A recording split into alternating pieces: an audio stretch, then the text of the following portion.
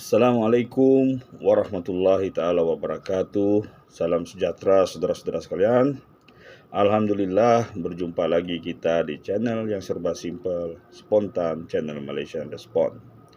Oke saudara-saudara, saya terpanggil untuk membuat konten pada kali ini kerana saya menyedari dan difahamkan bahawa masih ada segelintir di kalangan kita rakyat Malaysia yang rupa-rupanya, sama ada keliru atau sengaja, masih menyokong Israel dalam konflik yang berlaku di Gaza sekarang.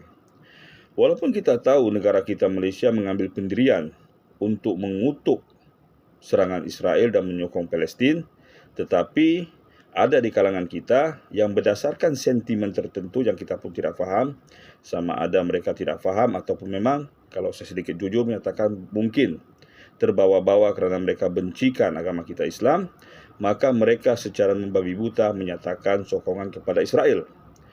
Jadi saudara-saudara, saya tidak mau membahas tentang konten-konten yang mereka terbitkan atau komen-komen yang mereka berikan.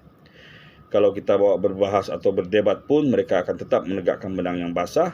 Tapi sebaliknya, saya akan memberikan satu contoh yang sedikit berbeza supaya mereka menyadari bahawa sokongan yang mereka berikan itu tidaklah wajar dan mereka perlu merenungkan kembali pendirian mereka. Oke saudara-saudara, kita ambil contoh. Contoh saja saudara-saudara ya. Bagaimana kalau kita ambil contoh yang terdekat, kita babitkan negara kita Malaysia dengan jiran tetangga kita. Lebih kurang sama senarionya seperti yang berlaku di Israel dan Palestin. Sebelumnya saudara-saudara, kita harus tahu kewujudan negara Israel adalah inisiatif daripada pihak barat selepas Perang Dunia Kedua untuk membolehkan mereka menubuhkan sebuah negara proksi di rantau Timur Tengah yang notabene merupakan sebuah rantau yang didominasi oleh umat Islam.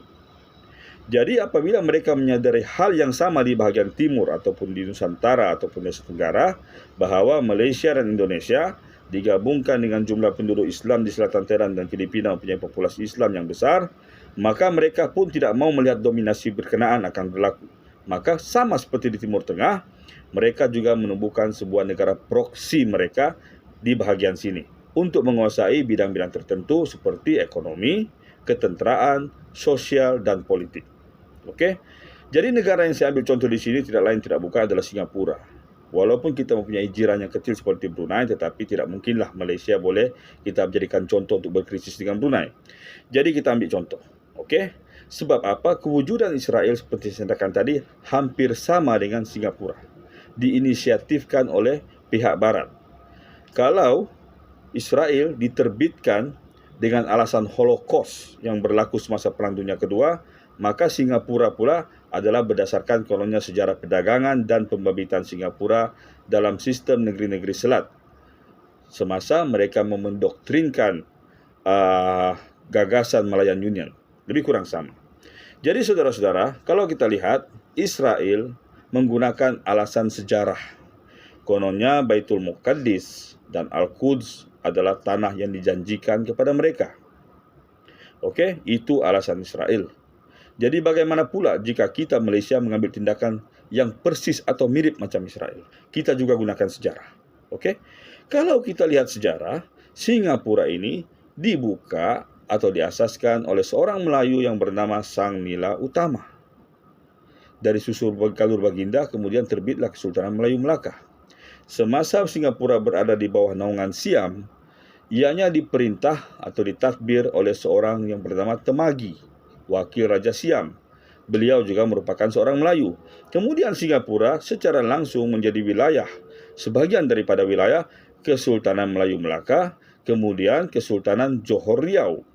Selepas perjanjian Inggris-Belanda 1824, maka Singapura telah dimasukkan dalam wilayah yang dikuasai Inggris, lalu ditubuhkanlah 3 buah negeri yang dianggotai oleh Pulau Pinang, Melaka dan Singapura sebagai negeri-negeri selat, yang menjadi negeri-negeri naungan langsung British. Okey? Ini rupa-rupanya bukan sekadar naungan, tetapi Singapura dipersiapkan menjelang era pasca kemerdekaan nanti untuk dijadikan sebuah negara proksi, pengganggu di sebuah rantau sama seperti yang ada di Timur Tengah, Israel yang berperanan di sana. Jadi bagaimana kalau kita Malaysia mengambil pendekatan yang sama?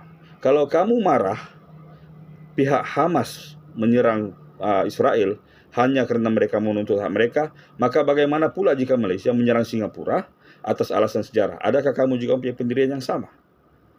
Jika kamu masih menjawab ya, maka jawaban yang paling tepat kepada kamu adalah kamu membuat pendirian berdasarkan sentimen yang membabi buta. Tidak ada lagi nilai-nilai kemanusiaan dalam diri kamu, tidak ada lagi pertimbangan logik dalam otak kamu. Kamu hanya membuat ini atas dasar bencikan Islam. Itulah alasan yang sebenar. Jadi kepada saudara-saudara yang masih berkomentar atau membuat status menyokong Israel, renung-renungkanlah. Cuba, ambil cerminkan diri kita. Ambil contoh yang dekat. Apa yang saya kata tadi, Malaysia beraksi seperti Israel atau Singapura beraksi seperti Israel atau sebaliknya, contoh saja saudara-saudara ya, contoh. Kita hidup di sebuah rantau yang aman dan damai. Tidak mungkin hal ini berlaku, tapi saya bagi contoh. Karena kebetulan Malaysia dan Singapura mempunyai sejarah yang hampir sama dengan Israel dan Palestina. Cuma sejarah Israel dan Palestina lebih lama dan membabitkan isu agama. Sedangkan Singapura dan Malaysia hanya membabitkan isu politik.